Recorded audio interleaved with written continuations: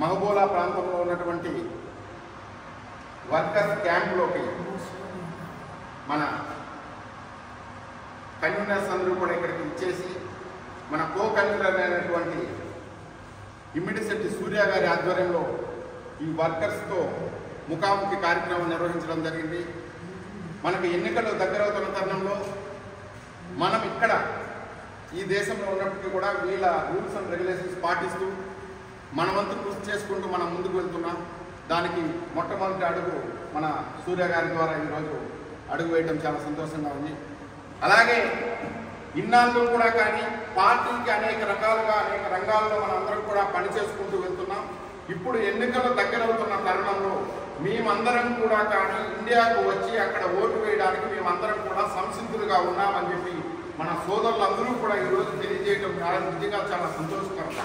సమాజంలో మార్పు కోసం ఏదైతే కులాల వారిగా మతాల వారిగా ప్రాంతాల వారిగా మనల్ని కూడా విడగొట్టి ఆ ఎలక్షన్ టైంలో ఆ ఓట్లు దండుకొని ఈ ప్రజలను విస్మరించి ఆకలి కేకలకు గురి చేసి ఆడపిల్లల ఆర్తనాదాలతో ఈ రాష్ట్రం అంతా అట్టుడుకుపోతుంటే వీటిని అన్నింటినీ చూసి ఈ సమాజంలో మార్పు తేవాలి అని చెప్పి పార్టీ పెట్టి ముందుకు వచ్చినటువంటి పవన్ కళ్యాణ్ గారి వెంట మేమందరం ఈరోజు ఉన్నాము అని చెప్పి వీళ్ళందరూ కూడా ముందుకు వచ్చారు.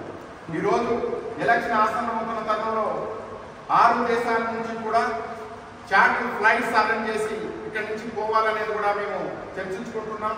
తప్పనిసరిగా ప్రత్యేక విమానాలు ఏర్పాటు చేసి ఇక్కడ నుంచి జనసేనకు ఓటేయడానికి మేమందరం కూడా బయలుదేరుతామని చెప్పి మరొకసారి మీ అందరికీ కూడా తెలియజేస్తున్నాం. అలాగే కోవిడ్ నుంచే కాకుండా 6 దేశాల నుంచి కూడా ఒకసారి మనం ఏదైనా ఒక పండుగ వచ్చిందంటే పరిగెత్తుకుంటూ వెళ్తాం. సంక్రాంతి వచ్చింది, దీపావళి వచ్చిందని, అలాగే మన పిల్లల బర్త్డేలను పెళ్లిళ్లను ఇలా పరిగెత్తుకుంటాం. కానీ 5 సంవత్సరాలకు ఒకసారి వచ్చే ఈ ఓటు అనే తంతు మనం అనుకుంటాం ఈ ఓటు అనేది ఏదో లేదు. ఈ 5 సంవత్సరాలకు ఒకసారి వచ్చే ఈ ఓటు అనే తంతు మన రాష్ట్ర రాజకీయాలనే కాకుండా మన భవిష్యత్తులు, మన బిడ్డల భవిష్యత్తులు, భావితరాల భవిష్యత్తులు మార్చేస్తుంది అనేది మనందరం కూడా గ్రహించాలి మిత్రులారా. ఎందుకంటే ఆ ఓటు ఈ 5 సంవత్సరాలు అనేది మనల్ని ఎంత వెనక్కి లాగేస్తున్నారో ఈ రాజకీయ నాయకులు అధికారంలోకి ఎక్కిన తర్వాత మనందరం కూడా ఒకసారి ఆలోచించాలి.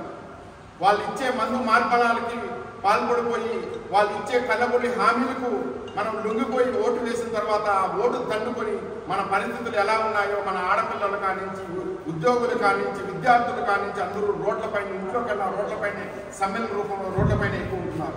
ఇలాంటి దుస్థితి నుంచి రాష్ట్రం బయటపడాలంటే ఇప్పుడు టీడీపీ జనసేన కలిసి ప్రయాణిస్తున్నారు. ఆ ప్రభుత్వాన్ని మనం అందరం కూడా నిర్మించాలి అని చెప్పి మరొకసారి మీ అందరికీ కూడా తెలియజేసుకుంటూ ప్రవాస ఆంధ్రుడిగా నేను ఒకటి చెప్తాను, ఒకసారి అందరూ రిపీట్ చేయండి. ప్రవాస ఆంధ్రుడిగా నా జనసేన పార్టీ కోసం నా రాష్ట్రం కాపాడుకోవడం కోసం నేను సైతం వచ్చే ఎన్నికలకు నా రాష్ట్రానికి ప్రయాణం అవుతున్నాను. నా ఓటు వేసి నా జనసేన పార్టీని నా పవన్ కళ్యాణ్ గారిని అధికారంలోకి తేవడానికి నా వంతు కృషి చేయడానికి సంసిద్ధుడై ఉన్నాను. జై జనసేన.